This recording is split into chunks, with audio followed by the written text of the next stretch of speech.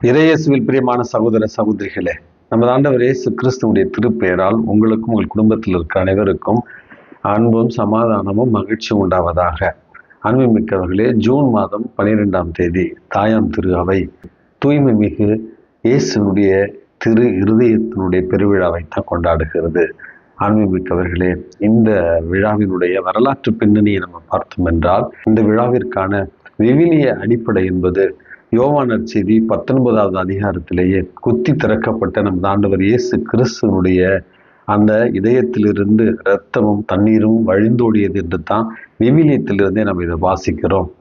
திருச்சபையுடைய வரலாற்றில் புனித பெர்னார்ட் மற்றும் புனித ஜெட்ரூட் அம்மாள் மற்றும் புனித மெட்டில்டா என்கிற புனிதர்கள் இயேசுனுடைய இந்த திரு இருதயத்தின் மீது நம்பிக்கை கொண்டவர்களாய் அந்த பக்தியை தொடக்க காலத்திலிருந்தே திருச்சபையில் வளர்த்து வந்திருக்கிறார்கள் என்றும் வரலாற்றில் நாம் அறிகிறோம்.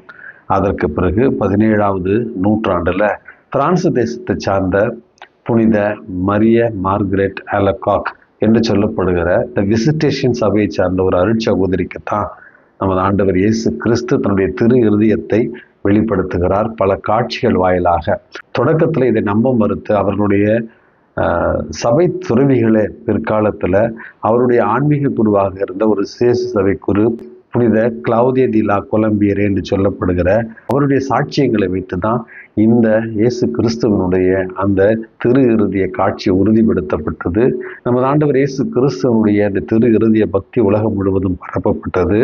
பிற்காலத்தில் 19வது நூற்றாண்டில் திருத்தந்தை 13ஆம் லியோ இயேசுனுடைய திரு இருதயத்திற்கு இந்த உலகத்தையே ஒப்பு கொடுத்தார் என்றும் வரலாற்றில் நம்ம வாசிக்கிறோம்.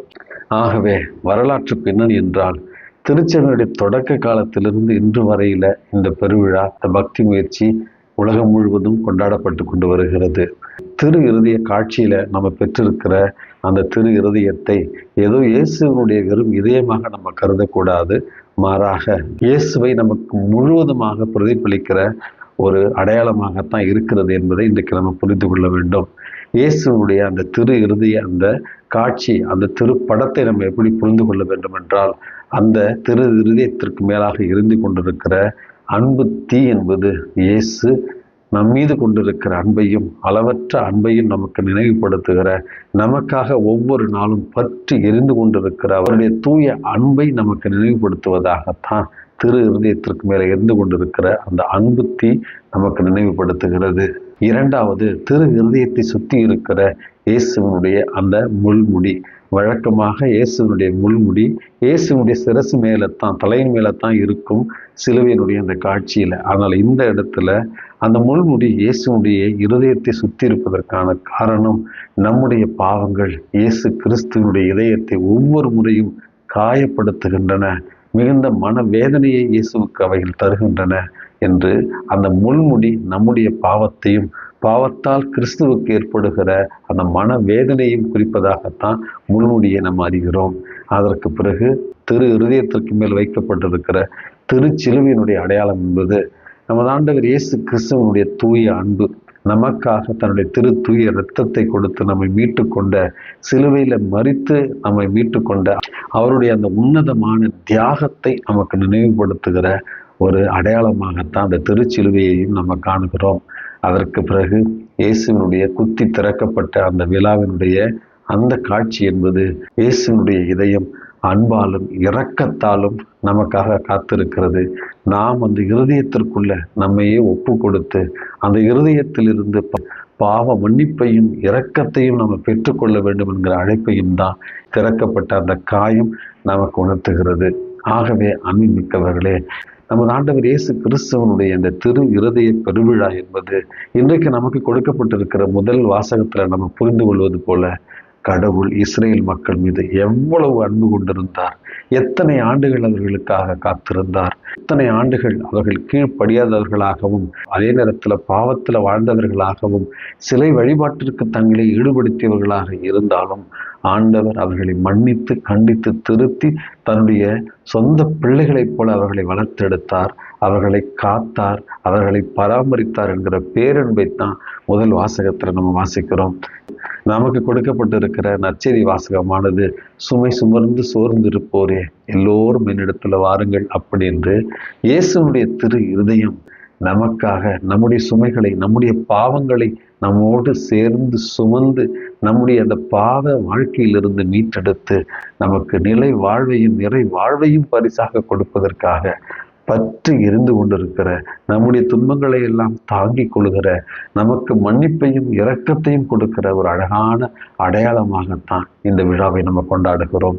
அன்புமிக்கவர்களே, இந்த விழா நமக்கு சொல்லித்தருகிற 3 பாடங்கள்ல முதல் பாடமானது இந்த குத்தி திறக்கப்பட்ட இயேசுடைய திரு இறுதி அடையாளம் என்பது இயேசு நம்மை ஒவ்வொரு நாளும் பார்த்து கொண்டிருக்கிறார், நம்மை பராமரிக்கிறார், நம்மோடு உறவாடுகிறார், நமக்காக எதையும் செய்ய அவர் தயாராக இருக்கிறார். அவருடைய இதயம் நம்மை ஒவ்வொரு நாளும் பார்த்து கொண்டு ஒரு மனித இதயத்தைப் போல நம்மோடு அருகில் இருக்கிறது என்கிற முதல் செய்தியைத்தான் இந்த விழா நமக்கு உணர்த்துகிறது.